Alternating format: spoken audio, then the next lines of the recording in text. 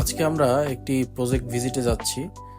এটা হচ্ছে ঢাকা মাওয়া হাইওয়ে রোডের সাথেই এখানে একটি কন্ডোমিনিয়াম স্মার্ট সিটি হবে।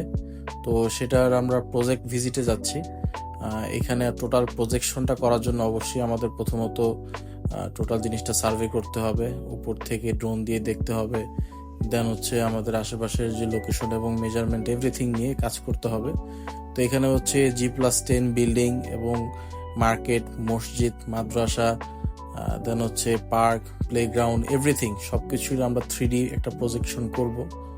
তো এই ধরনের যারা প্রজেকশন করতে চাচ্ছেন, আপনার প্রজেক্টটাকে আরো সুন্দরভাবে হাইলাইট করতে চাচ্ছেন 3Dর মাধ্যমে, 3Dতে আপনি আফটার 5 ইয়ার্স কি হবে বা ভবিষ্যতে আপনার প্রজেক্টটা কি রূপ দেখতে হবে, এই টোটাল জিনিসটা কিন্তু একটা বাস্তব উদাহরণ হিসাবে 3D প্রজেকশনগুলো করা হয়, যেটা রিয়েল এস্টেট প্রজেক্ট সেলিং এর ক্ষেত্রে আপনার কমিউনিকেশনে খুব ভালো হেল্প করে আপনার ক্লায়েন্টের সাথে।